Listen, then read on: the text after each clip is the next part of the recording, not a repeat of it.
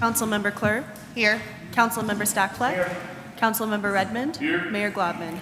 Here. Whoa. All right. Nailed it. All right. Do we have any special presentations or announcements this morning? Over here? Or what did I say? Yeah, this evening. Yeah, apparently. All right. Well, we will now move on to public comment. For those of you that have not been here for one of these, public comment is the time for anyone from the public to speak for 3 minutes on any topic not on the agenda already. Who wants to be first? There we go. Oh, and sorry, when you step up to the podium, please say your name and roughly where you live. Hello. Alex Hoekstrom, top of Ski Village Drive. I wanted to applaud the City Public Works people for the dandy job they did in painting up the crosswalks, bike lanes, stops and stuff like that. It makes the town seem like we take care of the place and everything, so it's been really good. I know this has come up a ton of times for excessive speed and stuff, but I've been kind of observing and having police chief here that the transition by the school zones, especially the high school, is just, I think it's just a little too vague. And so I watch the drivers, and we have a lot of Bay Area visitors who bring the Bay Area with them in their fast cars. And the downhill on Everett, you have a little speed radar thing. That one does not flash red like the one down on Lake Street. And I have seen, because I look when I see the car, 47, 45, 42, all the time, and they're not even looking. They're just talking and stuff. So coming uphill, going up mountain, the school zone sign is like this little teeny thing way over by the armory. And if you're like that person who goes, I got to go to Panther Meadows, I got to do this and that, they don't even see it. And I don't know how that can be addressed because of the extra wide parking there, but I've seen them blow through when the football games are letting out and there's people everywhere and they're just meow. Maybe because it's called Everett Memorial Highway, they think, hey, I know what a highway is. So the other thing is when you pass the school, there's no speed limit posted on Everett until you get up past Ski Village there. So I've seen the cars going at least 45 when they blow past the daycare, the Head Start. So anyway, it's something to look at. Maybe have a traffic person say, how can we make this more clear before anything, accidents happen and stuff. But it's one of the things I watch because I can see them, I can hear them, like, yeah. It's like, wow, how fast are you going down there? So anyway, thanks for what you all do. Thank you.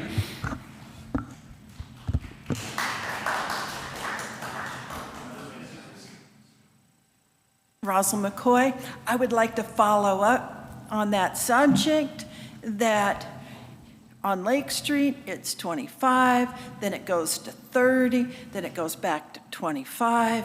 And if we would just make it 25 all the way through, I think it would be easier for people traveling on that road. So that's only like 2 signs to change. It's not really expensive change to do. Thank you. Thank you.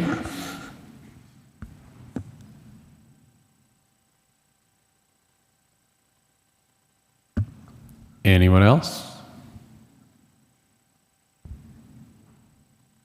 Okay. All right, well, then we will now bring it back for council and staff comments. Over here. Yeah. Please. Much to probably everyone's surprise, she's not here right now. I do agree with Peggy Rich's critique of our attempt to fill the open city council position. I do think it should be a slower approach, and along the lines that she spoke of with a city council agenda saying something to the effect the position is open, apply for the position if you'd like to. And besides that, I'm also okay with just not filling a position. Doesn't seem like a 4 to 6 meeting position makes a lot of sense. And I also agree with her with respect to the possibility that it would be not the best situation if someone that's running for the position in the general election gets picked for that open slot, gives them a little bit of an advantage. And so I also think that might lead to some legal problems after the election too. So yeah, I'm first and foremost happy with just leaving the position available. And I also agree with her with respect to taking a slower approach, which means that it might only be 5 meetings that they go to. So there's that. And then the other thing will come up at item number, the first real agenda item, I think. Number 8. Yeah, we'll go with that. To the chair. Please. In going off of that, another email from Peggy Reish was making sure that we had our agenda posted in time for the closed session following this meeting. Was that posted in time? Yes, it was. Okay. Just getting that on record. You know, I think you do raise some good points. Maybe we'll table it for now and discuss that. See. Yeah. Cool. I got no other comments. How about over here, Chief? You look ready to speak. Just the Everett Memorial.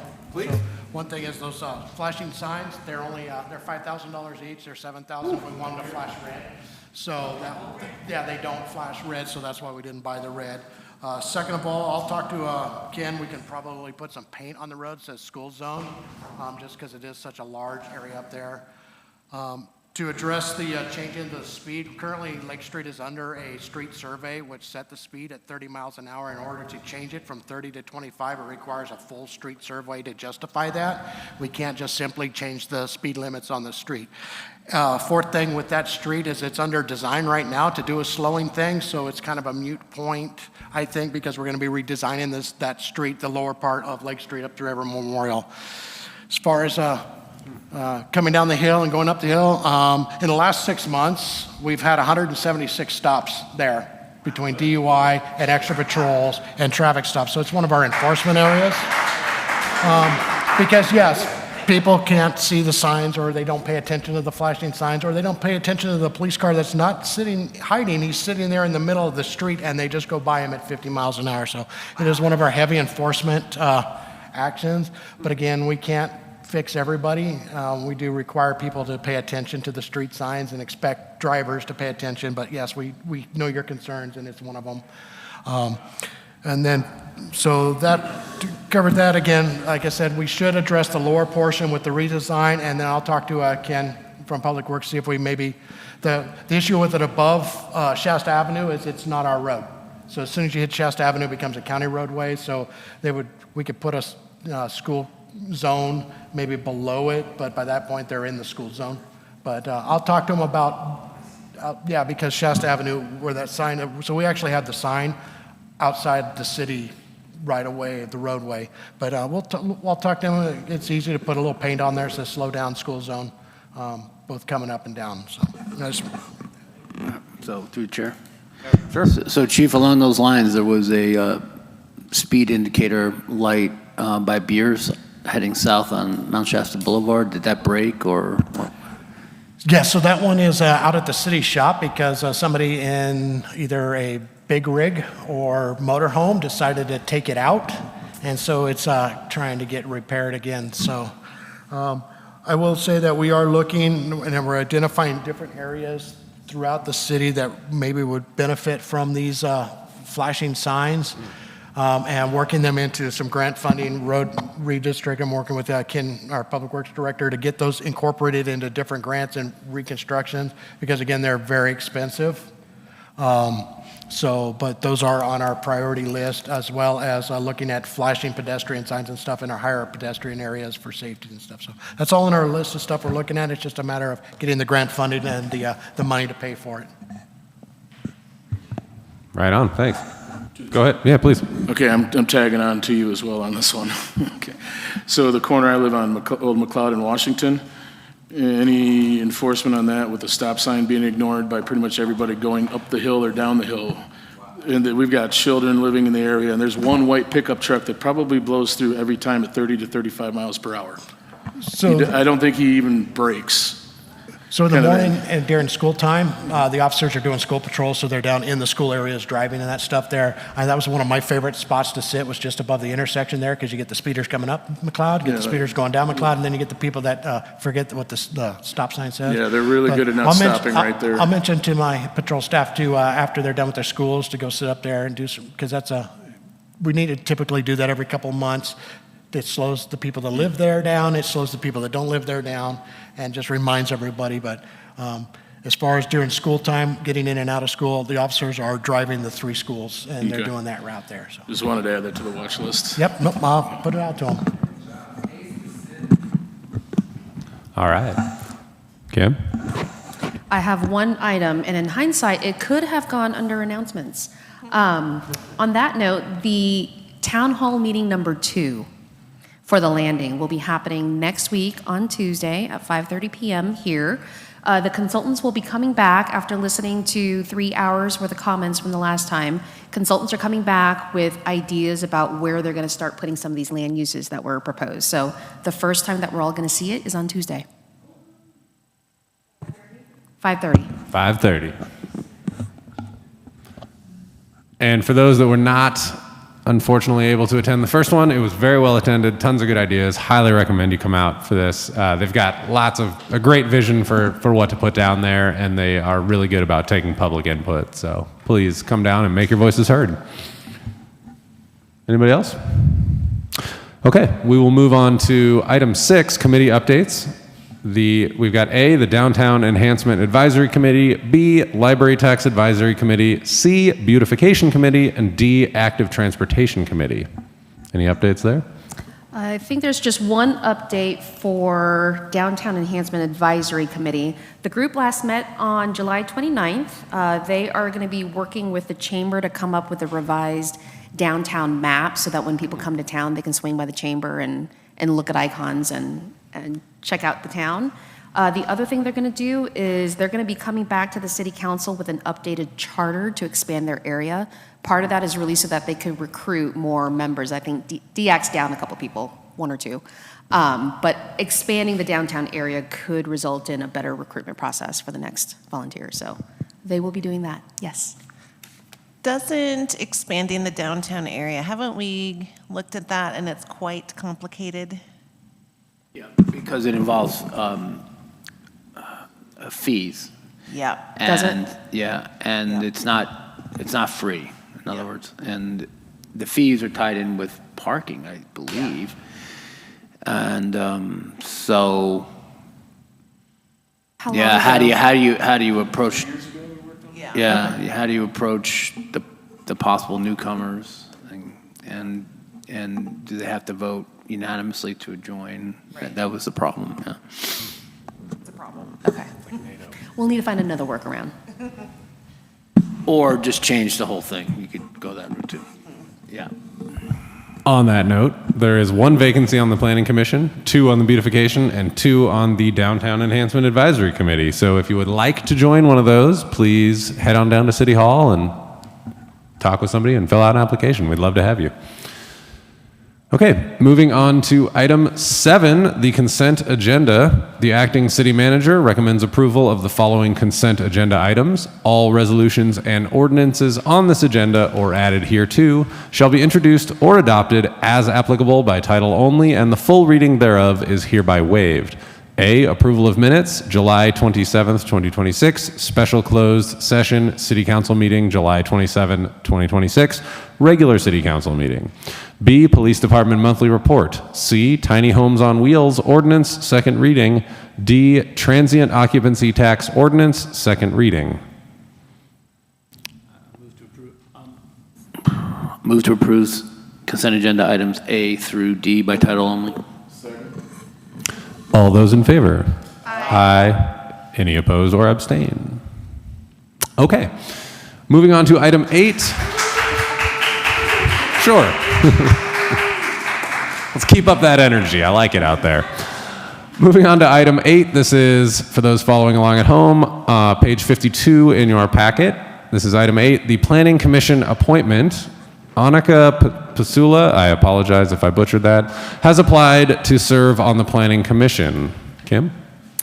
Apologies for this one. Staff may have jumped the gun a little bit.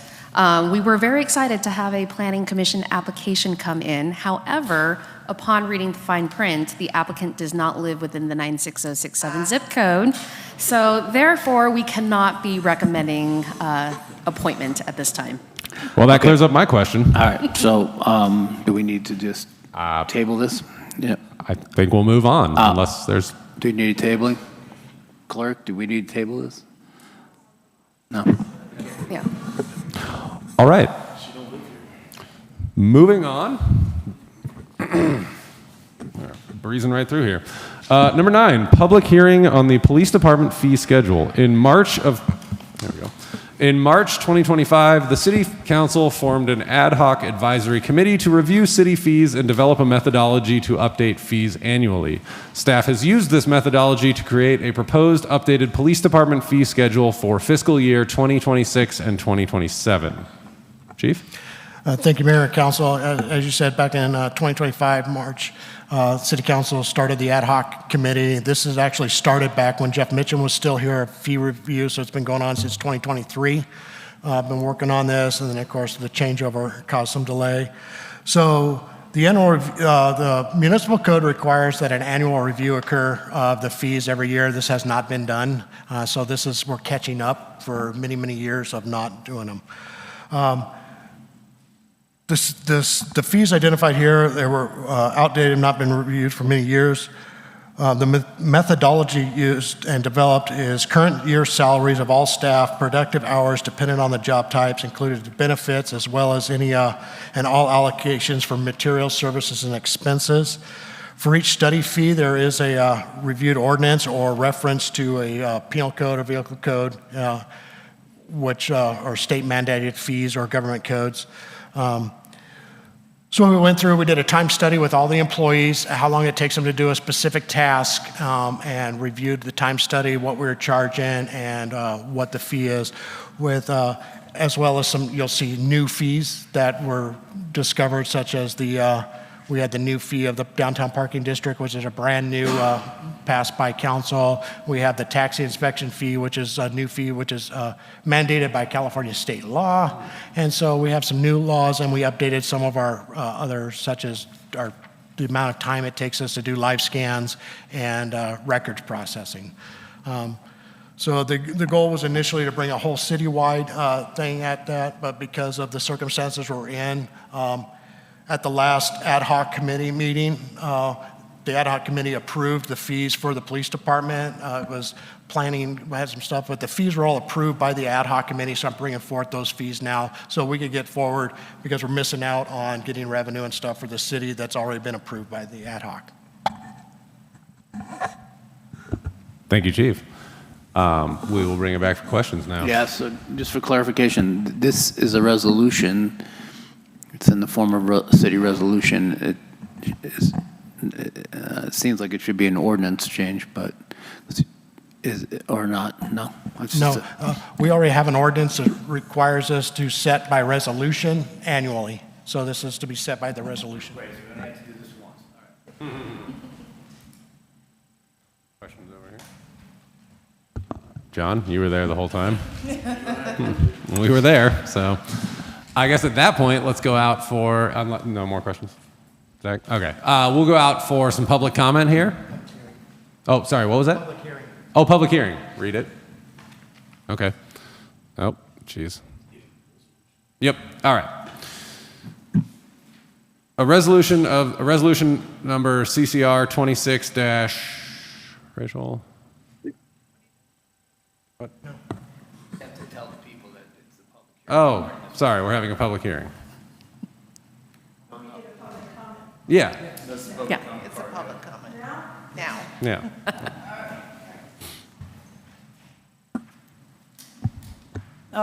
Rosalind McCoy. So let's start with our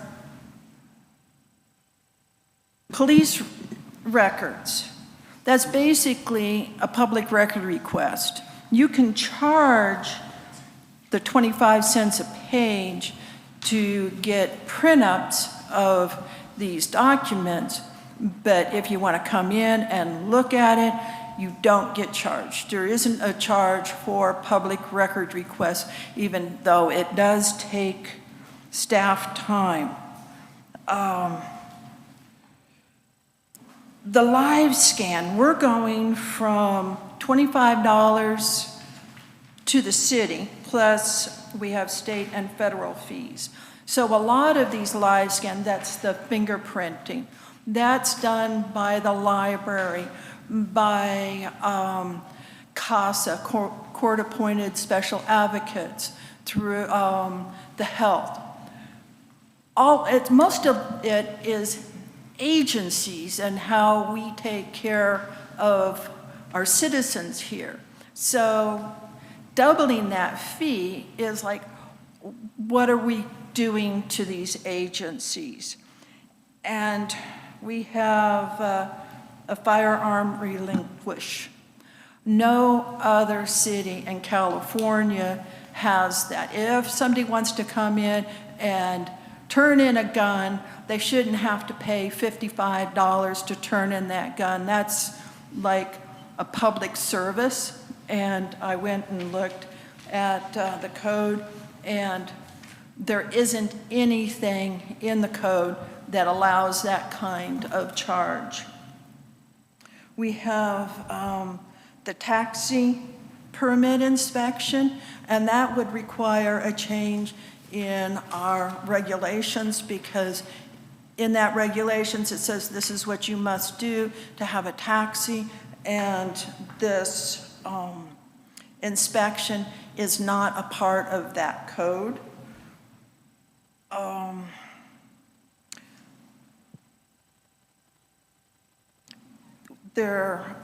The firearm and ammunition storage, we're going from no charge to $120. So 30 seconds. these are huge jumps, and I don't think that I really have heard why this has jumped so much. And when we, the CC concealed weapon permit, you're only allowed to go up by the COLA. You can't just double that fee, just, so 3 you minutes, haven't done it for thank so you. long. You can't just raise that rate that much. So all of these charges are very questionable, and I 3 think that you minutes, should thank look you. closer at it. Thank you for your comment. I'm happy to address it when we bring it back to council.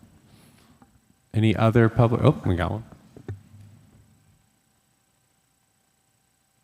Anastasia Sprout, Mount Shasta, hello. This is maybe going to sound like an uninformed question or a couple questions, but I'm not doing a detailed review of the line items. I just really support the Mount Shasta Police, and what I'm wondering is, when we were asked for the 1%, the H, or 1.5, but it's now 1%, and I wish we'd had that recorded so much, but Chief Gibson, you gave a great talk about exactly what you were looking for. And my impression from that is that you were understaffed, and I thought underpaid kind of as a department. And I know that's subjective, but does this time study and new fee schedule address that in terms of kind of fair payment for what people are doing, their time? So that was my question. Thanks. Thank you. Anyone else? Okay. So just to address kind of how this was done, Councilmember Redmond and I sat in on a bunch of these meetings, and every department did this. The police, and credit to Chief Gibson actually for getting through his very quickly and very well. So every department basically took every single task on this, and all the departments have different things for this. And they said they actually went to they said how much time does this actually take for every single one of these things. And then that was broken down by the cost of that employee, which employee handles this type of thing. This could have been, for a different department, it might have been the person at an admin that sits at the front. In this case, we're talking specifically about the police department.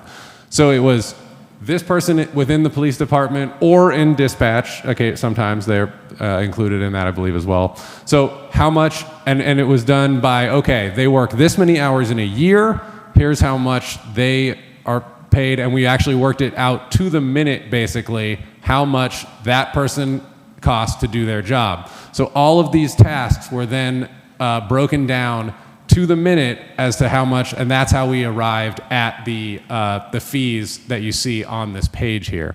So some of them do seem like a bit of a jump, and I understand that. Some of them actually came out slightly higher than this, and we said that's a little bit much, and we actually dropped them back down a little bit. But the methodology behind it was consistent across all of them. And the nice thing about doing that is that, as Chief mentioned, we are required to do this every year.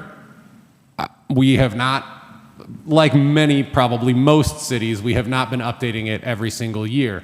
By creating this methodology and spending a long time doing that, it makes it really nice, because then as wages change over the years, it is really easy to then just plug into that spreadsheet each year to update it. So it was a huge heavy lift at the very beginning to arrive at these numbers, but it will make it very consistent and easy to update as the years go by. So that's just to give you kind of an idea of how we arrived at these numbers here. I think that maybe. So before I make a motion, Chief, did you want to respond to anything from the speakers? Sure, I can address. So for the live scans, for example, it was broken down to how much time it takes for the dispatcher and their duties, such as taking the phone call, scheduling the appointments. The live scan manager is our police services manager, how long it takes her to get the computer set up to receive the live scan and to get everything entered so it's ready to go. Conducting the live scan varies depending on the person and how well their fingerprints go, from anywhere from 15 to 30 minutes to do their live scans. And then we got to make a copy of the person and take the payments and stuff. So that broke down to total time with everybody involved, about 42 minutes per live scan. The actual time of cost for the personnel comes out to $53, so we're actually coming in less of what its actual time is spending on it. As far as the firearms, the state law has come up. In the past, many people didn't charge because we were allowed to auction the firearms off, and we would make the money back from an auction. We're no longer allowed to do that in the state of California. All of them must be destroyed, and we pay a cost for that destruction. So if somebody's turning them in, we have to take them to a spot to get them destroyed. That costs us money and time of officers transporting the weapons and stuff. So that's why we're charging for the firearms for destruction, as well as all the other fees. As far as taxi permit inspection, it's in the permit. It's also in the government code that they're required to not only have the inspection, but they're supposed to present the inspection either to the customer that asked for it or have it predominantly displayed. That's for the government code. And the $80 is based on the amount of time and the point-to-point inspection that we borrowed from other cities that do inspections. So that's why there's a cost on that. To address the second speaker, this is just to help recover some of the cost that comes from our day-to-day, and to kind of address both. While yes, you see the public records request for a non-police report is only 25 cents if you want us to print it up and give it to you, because we have to pay for the paper and the ink and stuff, right? The other stuff is police report was separate. This is somebody coming in, they're asking for an actual police report, which could include up to body camera video and 911 dispatch tape, which takes a lot of time to redact all the stuff that we can't put out to the general public. So there's a lot of stuff there. That's why there's a difference on the supplies and the cost for the reports, because it's very intensive now that we have body camera video and we have the digital outlaws and stuff. So those are some of the reasons why we went with those. And then again, this is not going to recoup monies to where we're going to hire somebody, or it's not going to buy us new equipment. It's going to pay for the copier ink. It's going to pay for, reimburse the city a little bit of time that we spent on having to do this service to the public. And then, like he said, there were several things that we didn't even include or that were greatly reduced. For example, one of the things that was suggested or presented was to charge for unlocking a car. Well, we're not going to do that. We're going to come unlock your car for you, right? And so there were some things that we said we can take on this because you're already paying for the services of the officer to be out serving. But there's other things where we're not recuperating our cost. Or there's new things in this law that came up that we did not catch up on, such as the emergency DUI response. So if we have a DUI crash, state law says we can recover the cost of having the officer and the equipment at that scene. We weren't doing that, so that's why some of these new ones are here. So let's get the money that the state or we have already said we want to get, and so that's how we did it. But we did it by, this is the amount that it cost us. This is what each and every single person does on a certain program. And one of the other things is, like, you don't see a lot on code enforcement because our code enforcement officer is grant funded, so we don't charge for his services because it doesn't cost us or the citizens for his services out there. So none of the stuff for code enforcement is included because right now he doesn't. Should we lose the grant or not get the grant in the future and we want to continue, then that would be something we'd look at and we'd have to add code enforcement. But right now, so I think we're very fair. And this allows us to not break even, but be more efficient with the money. We're asking the citizens to give us 1%, and they're saying, what are you doing? Well, this is one of the things we're doing to get our 1%, is we're going through and saying, this is where we can get back a little bit money so there's not so much a deficit to the citizens. So. To the chair. Yep. I just wanted to put forward my appreciation to you two council members and to the department heads for this huge heavy lifting. Chief for being the gold star to get this first implemented. This is a huge thing for the city, and I'm really excited to see this take action. So thank you. All right, so Rachel, do you have a number for us? 20. Okay, I thought we were in the 30s, but 20. 20. Okay, I'll move to approve resolution number CCR-26-20, a resolution of the City Council of the City of Mount Shasta adopting the attached Exhibit A 2026-2027 Police Department Fee Schedule. Second. All those in favor? Aye. Any opposed or abstain? Okay. All right. Moving on to number 10, professional services agreement with the Mount Shasta Chamber of Commerce. The city's agreement with the Mount Shasta Chamber of Commerce is due for renewal. Kim? Good evening. This is just a procedural item. The budget for the 26-27 fiscal year includes a $75,000 line item for the Chamber of Commerce. That is the same amount that's in the contract tonight. The contract is a renewal of the contract from last year. None of the terms have changed and the services are not changing. So staff is simply recommending approval of this next year's contract for Chamber of Commerce. Questions? Over here? Already approved, right? We'll go out to public comment here.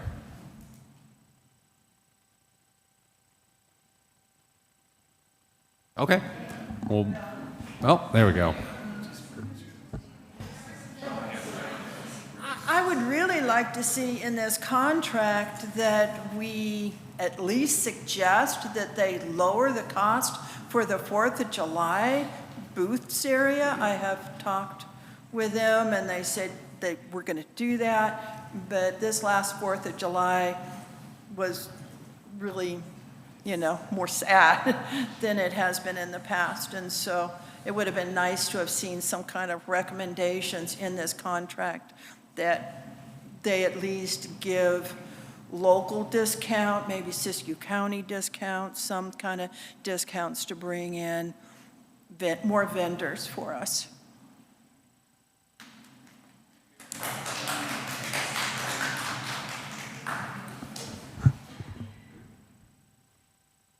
Thanks again. I just want to second that, though. I do know some folks that were in the booth space that were granted their booth space there because they wanted to fill up. So there was some softening of the fees there. I do know that some people were like, wow, they told me I can have this for this much and stuff. They weren't really selling. They didn't sell anything, but they were just presenting themselves, but it made a more full 4th of July show. I do remember when it used to go all the way down to where Bistro is, but now it's a little compact thing, but that could be a lot of changing economic climate. But I do know some people were given booth space there, or at least discounted, so. Thank you. Anything else out there? All right, we'll bring it back. And I would just like to say that I second your concern with the fees there. We actually discussed that, but by the time it kind of came to light, it was basically the 4th of July this year. So we'll just have to wait for next year to implement that. But thank you for your concern there. So before I move to approve this, is this for the fiscal year July 1st through June 30th? Correct. Okay. So I'll move to approve a professional services agreement with the Mount Shasta Chamber of Commerce for 1 year, starting July 1st, 2026 through June 30th, 2027. All those in favor? Aye. Aye. Any opposed? Okay. Let's see here. Moving on to item 11, the clarification of ballot title language in resolution number CCR-26-10 regarding Measure H. On June 8th, 2026, the City Council adopted Resolution CCR-26-10, placing Measure H, a 1% sales tax increase, on the November 3rd, 2026 ballot. The resolution states the 1% tax rate colloquially as 1 cent. And I believe we are going to be joined by our city attorney here via the TV shortly. He's already on. He's been here the Good whole evening, time. Mr. Mayor, members of the council. Can you hear me all right? Yes. Yes. All right. So as stated, you've already put the Measure H on the ballot. That action took place on a couple of meetings where there was debate and discussion regarding the amount of the rate of the tax, where there was 1% or 1.5%. There was very clear discussion around it being a percentage on a sales tax percentage basis. But there was also a lot of discussion about it being called cent. And it's kind of shorthand. It's often talked about that way. And at the last council meeting, a special council meeting on the 17th, a speaker mentioned that it was causing confusion. And so out of an abundance of caution, it's recommended that you clear that up so that there isn't some argument, a legal challenge. Staff has reached out to the Registrar Recorder's office, the elections official's office, and asked how that could be changed. Their position is that they require a writ of mandate be filed, and that means going to court, and this is usually a non-contested basis, and indeed the elections official has said she would not contest this amendment for clarification purposes. Your action tonight will not change the rate. It will not change the net effect. It just clarifies the intent. And indeed, your motion that was made on this on June 8th, I believe it was, did very clearly say that this would be a 1 cent or 1% increase of the tax. But that got written down as a 1 cent in one portion of the resolution. And that just wasn't cleaned up when the staff members addressing it at that time. I don't believe it was any of the staff that's here tonight. Certainly wasn't myself or Ms. Fowler. Took care of dealing with that and getting the final version ready for execution. So your action here tonight would mean nothing has changed. It's just certifying that your intent was for a 1% tax to be on the ballot. It will clean up the ballot language as was identified by the public speaker at the last meeting. And then this would be presented to the county clerk and then also to the court to issue a writ of mandate. And they could probably act on that this week so that we would still be able to take this to the election. It concludes the report. Thank you. To the chair. Please. Andrew, who is going to represent the city in the court filing? Yeah, that would be me. I've done this on another, it's a pretty common occurrence. I've done this for another city in Siskiyou County within the last month. And these little issues happen where there's a typographic error, and that's essentially what this was. It was a staff typo that then results in requiring a cleanup of a piece of paper, a resolution, and then the court issues a writ to tell the elections official, Ms. Bynum, you must accept this as the new document. So I'll be submitting those papers this week. Okay, thank you. Questions over here? This gets it done with, right? All summer we've been dealing with this? Pending the We can results get of it the done election right in now? November, We can yes. actually get it done here. All right, if that's it for questions up here, we'll take it out for public comment. Okay, we'll bring it back, and before we do that, I do want to thank the very alert member of the public that brought this to our attention last meeting, sitting out there right now. So thank you for that. Appreciate the heads up, and we're gonna get it cleaned up properly here. All right, I'll move to approve resolution number CCR-26- there isn't any. Yeah. 26-21, resolution to the City Council of the City of Mount Shasta, clarifying Section 1 of the resolution number CCR-26-10 regarding Measure H placed on the November 3rd, 2026 ballot. If I say second, is there going to be confusion? Set to ND. All right, all those in favor? Aye. Aye. Any opposed or abstain? Okay. Moving on to number... Thank you. Moving on to item 12, council reports on attendance at appointed or outside meetings. No? Well, then I will say one. Tonight is the first edition of Mount Shasta City Council Buzzword Bingo, happening currently at Deadwood. So for all of you watching, just know I hope it's going well, and I'll be biking down there immediately following the closed session after this, and then I'll answer any questions that you might have regarding the meeting. That was it. All right, moving on to future agenda items. You want me to read these? All right. We've got A, noise ordinance. B, mobile home trash utility bill increase report. C, water bottling municipal code update. D, vacancy tax. E, analysis, staff time and cost of possible annexation. F, extra help contract workers. G, sister city. Would anybody like to add another future agenda item? Yeah, I think we should get an update from Director of Public Works on grants and projects pending and so forth, given all the distractions we've had the last 3 months. It would be good to see if everything is moving on according to schedule.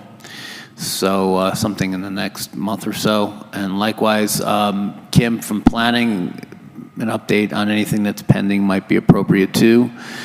Not that I'm nervous that things are going to slip through the cracks, but they might. And I guess I just want to know that things like the Lake Street project, which is pretty complex, is moving according to plan, and city planning department's got this master plan update, or is that what it's called? Master plan update? Conceptual master plan update. Yeah, for 2045, right? the number, I remember. Are we on the No, landing or are we no, on? just in general, the general plan. The general plan. Yes, isn't it general plan 20? General plan update, yes. 24, and that's not complete, right? That is not complete. Yeah, so let us know how it's going. So my concern is that people have been distracted and want to make sure we are not going to miss any due dates. Also, Yeah, I was seconding that one second that. before we jump onto another one. Yeah. We're seconding that. we should get on the next meeting's agenda for a decision on what we're going to do with the appointment or not to appoint the vacant seat. Second.